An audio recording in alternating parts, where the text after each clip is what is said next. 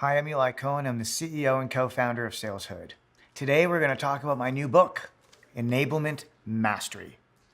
This book comes out January 8th, 2019. I'm stoked. Spent the last year working on it and writing it and collaborating with amazing practitioners to create, what I believe is an amazing contribution to the industry. We need to elevate enablement. We need to elevate the enablement conversation. We need to bring enablement to the boardroom, to the C-suite, so we can ultimately realize company-wide enablement and accomplish our goals, our productivity goals, our revenue goals, our attainment goals. How do we do it?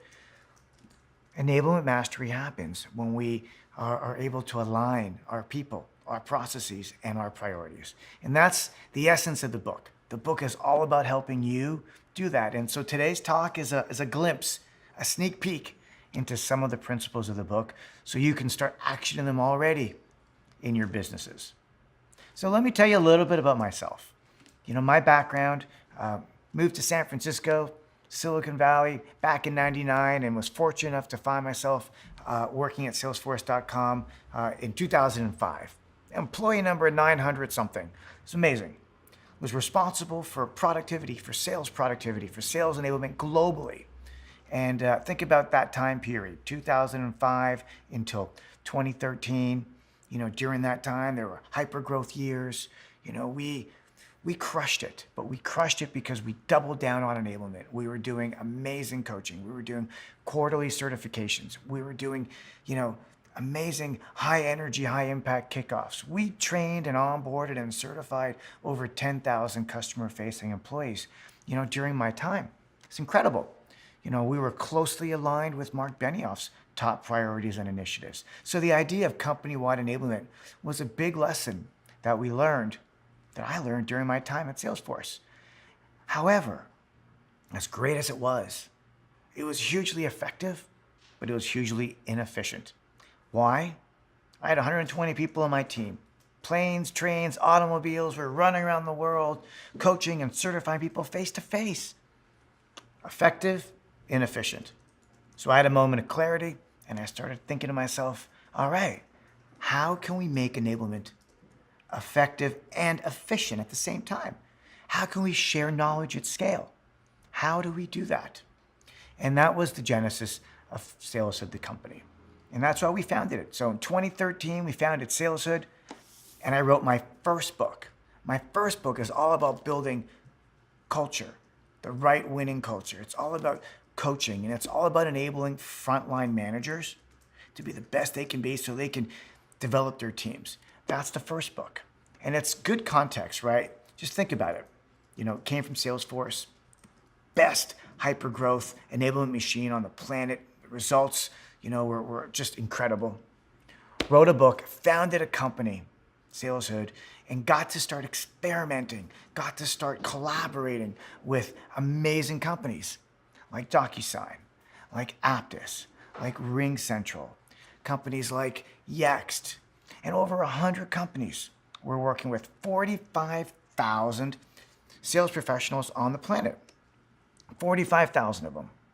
And, by working with these companies, we started realizing what good enablement looks like. Yes, we had great enablement at Salesforce, but now how do you deliver it at scale? Now, in a world where we've got video and mobile and, data-driven enablement, and we've got kind of social learning on the forefront, we really have reached a point where we can take enablement to the next level. And that's what this book's about. And so I've been really fortunate to collaborate with some amazing leaders.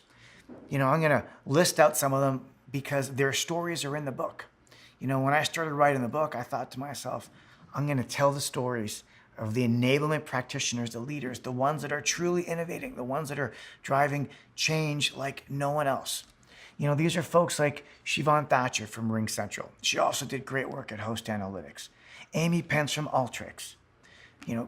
Q from Financial Force. Aaron Farley, who did great work at Aptus. Great work at Tanium. And these are folks, Bruce Campbell from Sage Intacct. Bob Krusner from GE Digital ServiceMax. And the list goes on and on and on. This diverse list of professionals are doing amazing things. They're embracing modern enablement. And what I've learned by working with them is that they're all embracing a formula for success. And that's what we're doing in the book. In the book, we're telling their stories. In the book, we're having them share their best practices. Remember what I said, the book's got 3 parts: people, processes, and priorities. The first third of the book is all about their stories, their best practices, how to find enablement people, how to build the right organizational buy-in, how to structure enablement teams, the people. We got to set up the company for success appropriately. First third of the book is focused on that. You're going to love it. The middle of the book is about the processes. So by working with these amazing enablement leaders, I've been able to, really figure out how do you drive enablement outcomes in a repeated, scalable fashion. How do you deliver success over and over and over? How do you do it in a scalable fashion? Now I want to introduce you to the Enablement Process Map. 1/3 of the book is devoted to the Enablement Process Map. Each pillar has a chapter. Believe that if we could get all the departments in all of our companies aligned around the Enablement Process Map, roles and responsibilities will be clear.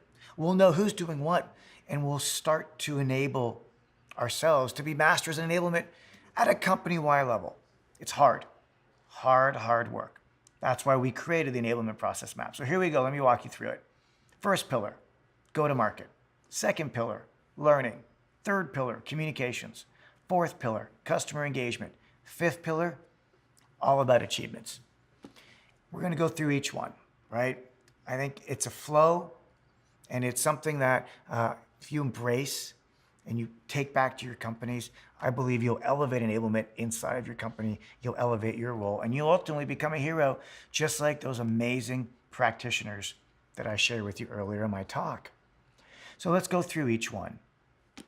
Go-to-market alignment, right? I told you how important it was for us to be aligned with Mark Benioff back during our Salesforce days. Critical. He believed in enablement. He invested in enablement. And we knew the outcome of enablement. We knew that we would, realize amazing results, revenue and bookings and spectacular. So what I want you to do when you're thinking about the enablement process map and you're thinking about your enablement, think about go-to-market first. What are the metrics and the KPIs that are critical to your business? So important to get those right. Get them documented. Workshop it with your teams. Get alignment with your leaders. Know what's most important right now. Is it time to ramp? Is it time to first deal? Is it time to second deal? Is it bookings? Is it attainment? Is it pipeline? You can't solve all those problems at the same time, but you can start prioritizing them, getting alignment, and then building programs around them. All too often what happens when we roll out enablement programs like playbooks or training or onboarding, we jump to build content, we jump to build training, and we don't understand the why. That's why the enablement process map starts with go-to-market alignment first. So let's build a plan. Let's have plans by role. Let's get alignment around the plan, and then let's execute. So that's the first step in the enablement process map, go-to-market alignment. Now let's talk about learning, the second pillar in the enablement process map. Learning is all about getting our teams up to speed, getting them trained, getting them coached, getting them on message. They got to have a great pitch. They got to know our product. They got to be coached. They got to be executing flawlessly. We got to onboard them, right? These are things we got to do. Well, you know what? The world of learning is changing. We're in a modern world. We got mobile phones. Everything's video. Peer-to-peer is socially acceptable in the corporate world.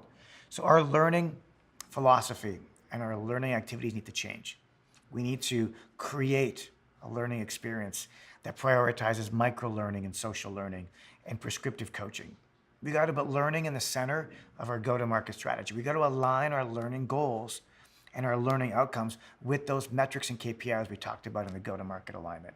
Devoted a whole chapter to best practices in learning and coaching. Can't wait for you to read it. The next pillar is all about communications.